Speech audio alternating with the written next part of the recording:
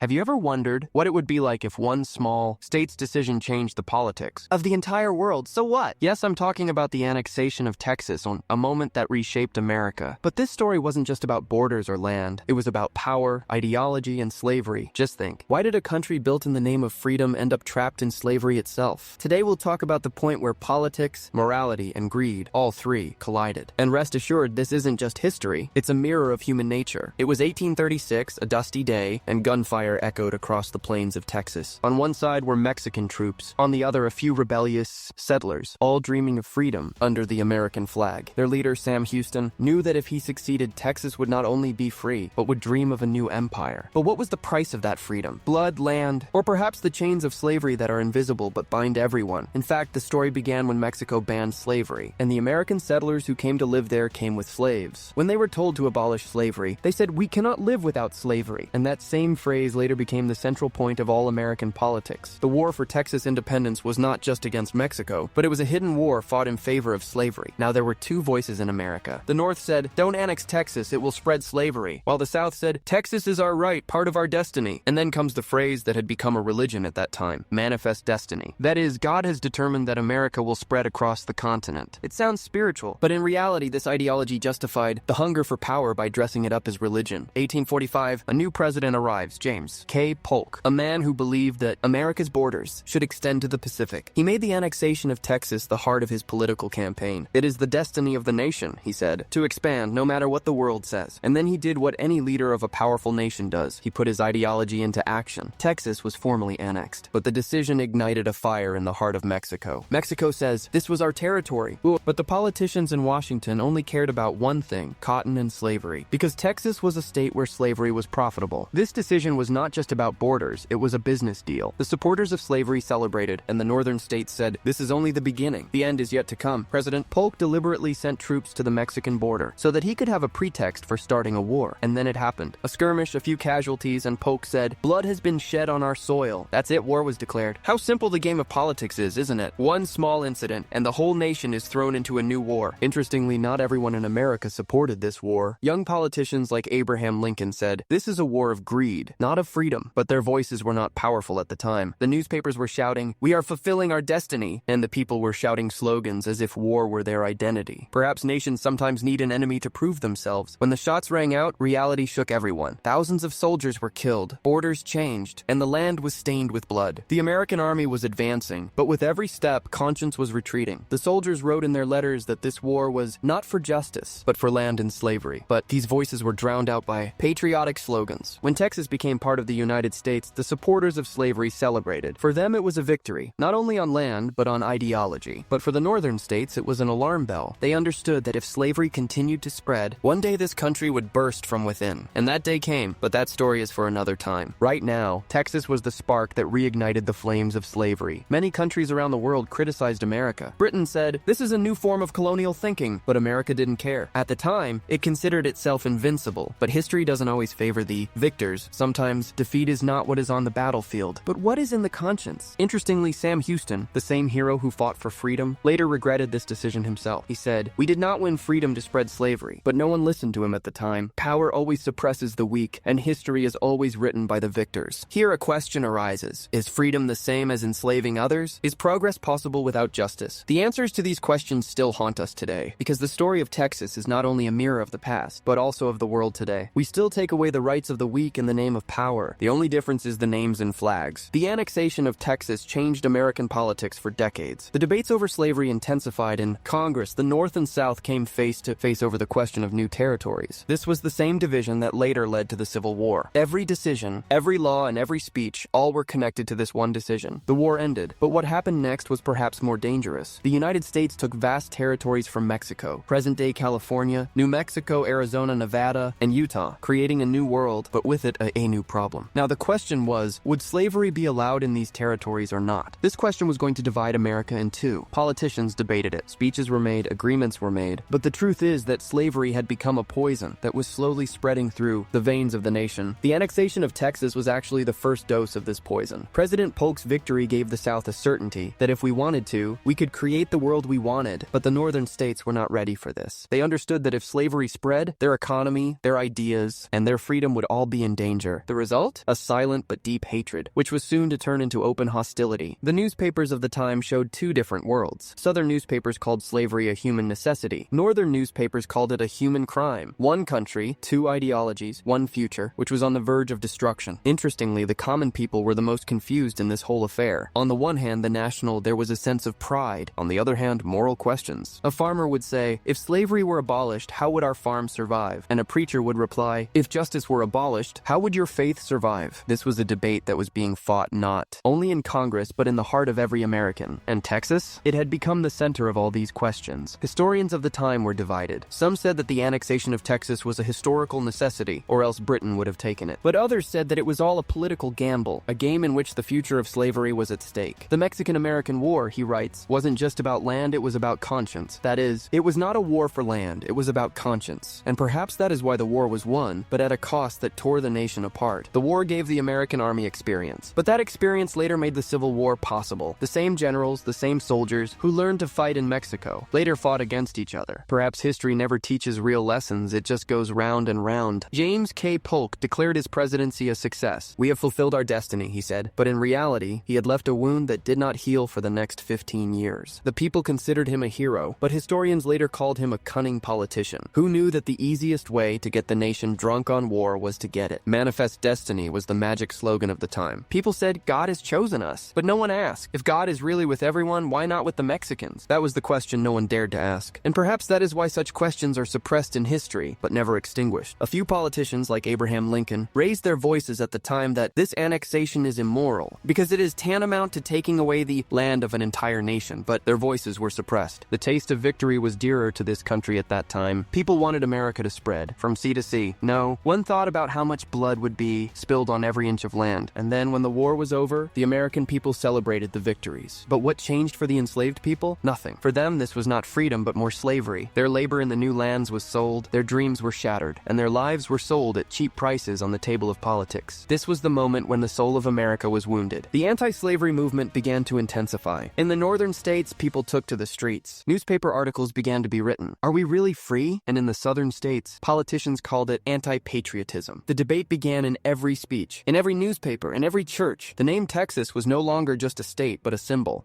that showed that the nation had strayed from its own principles. During this period, thinkers like Henry David Thoreau gave the theory of civil disobedience, saying that if the government oppresses, obedience is a sin. He spoke out against the Mexican War, and he refused to pay taxes. This step later became an example for leaders like Gandhi and Martin Luther King Jr. That is, the effect of the annexation of Texas was not just a war, but it shook the foundations of human thought. Slavery was no longer just a political issue, but a symbol of moral awakening. The southern states said, it is our right to live as we please, and the north said, it is not a right, it is a crime. Emotions flared on both sides, and perhaps only then did someone realize that the annexation of Texas was actually a burning gunpowder, which could explode at any time. Interestingly, for Mexico, all this was a humiliating defeat. Thousands of its soldiers were killed, its land was taken, and its politics were shattered. But the wound still lingers in the hearts of the Mexican people. For them, Texas is a memory, a dream that was taken away. Every year when they celebrate their Independence Day, there is this feeling behind it. We have lost everything, but not our honor. It is the sentiment that keeps nations alive. And on the other hand, America was rejoicing in its conquests, but perhaps it did not realize that a storm was brewing within it. The issue of slavery had now become so deep that it was impossible to suppress it. By 1850, America was beginning to break apart from within, with cries in Congress, hateful headlines in the newspapers, and divisions in the hearts of the people. A country divided into two souls. Texas was no longer just a state, but a symbol, a sign that showed when a nation had strayed from its principles. The Compromise of 1850 was a temporary attempt to suppress the issue of slavery, but it was only a bandage on a wound that was festering inside. The supporters of slavery said, "We have won," and the opponents bowed their heads, but in their hearts they believed that one day justice would speak. But that voice of justice was heard in the storm of the Civil War, when brother turned against brother, and countrymen became thirsty for the blood of countrymen. And the root of that war? That same annexation of Texas, that same decision that divided the soul of a nation. It is strange that a small area could change such a big history. There was a time when America called itself the land of the free, but Texas inserted a silent question into that slogan. Free for whom? That is, freedom for whom? For those who were slaves, the slogan had become a joke. They were seeing that on one side were claims of freedom, and on the other chains. For them, every day was a new test. Every night, a new dream, in which they saw themselves free. But when they woke up, the reality was the same. The spread of slavery was not limited to the southern states. This thinking, this system, this justification, and all all had spread like a disease that was weakening the conscience of every politician. The people of the North were also tired now. They knew that one day it would all explode. And the day came when Lincoln declared that this country cannot be half free and half slave. And that moment was actually the end of the Texas story. The spark that had been lit in 1836 had now burst into flames in 1861. The Civil War had claimed millions of lives, burned cities, and shattered dreams. But slavery had finally ended, and America had learned the lesson it should have learned long ago. The annexation of Texas was a historic turning point, but it came at the cost of humanity. After every war, the victor asked himself the same question: did we really win? And if the conscience is silent, then defeat has begun from within. Interestingly, even after the war, Texas's identity remained divided into two colors. One, the color of pride, the other of regret. Pride because it became part of the United States, and regret because it also became a means of expanding slavery. Today, when we look at the history of Texas, it does not seem to be just a story of land or a frontier, but rather a lesson that intoxicated with power, man forgets his morality. Slogans like manifest destiny recur again and again throughout history, only the words change along with the faces. Sometimes it is called national security, sometimes progress, sometimes religion, and sometimes freedom. But the truth is that without justice, any expansion ultimately brings destruction. The war with Mexico ended, but what began was a war of minds. Is might always right? Is God really on the side of the victors? Or is he sometimes hidden in the patience of the vanquished? These are questions that still demand answers today. Modern historians say that the annexation of Texas was actually a test of America's conscience. Some call it a part of fate, and some call it a sin. But one thing is certain: this decision not only created a war, but also a wound that can be felt to this day. Because history never dies, it just falls silent. And when we repeat our mistakes, it speaks again. Even in today's era, we see that countries forget morality for their expansion. Sometimes in the name of resources, sometimes in the name of ideas. And this is where the story of Texas makes us stop and think. Is progress really possible without justice? Can a nation be strong if it takes away the freedom of others? Probably not. That is the lesson that Texas taught us. A lesson that cannot be erased by time. If you think about it, the annexation of Texas is not just history. It is a mirror held up before today's politicians, rulers, and ordinary people. And the question remains, is greatness achieved through the use of force or through justice? Perhaps each era has to answer that for itself. And that's when history comes back time and time again, reminding us where we went wrong. At the end of this video, I leave you with the same question that began this story. Can the annexation of one state bring an entire nation to the brink of war? Texas has answered that question, both in blood and in history, but perhaps we haven't learned anything from it yet. So tell me, if such an opportunity came up again today, would we make the same decision again? Or would we finally learn from history?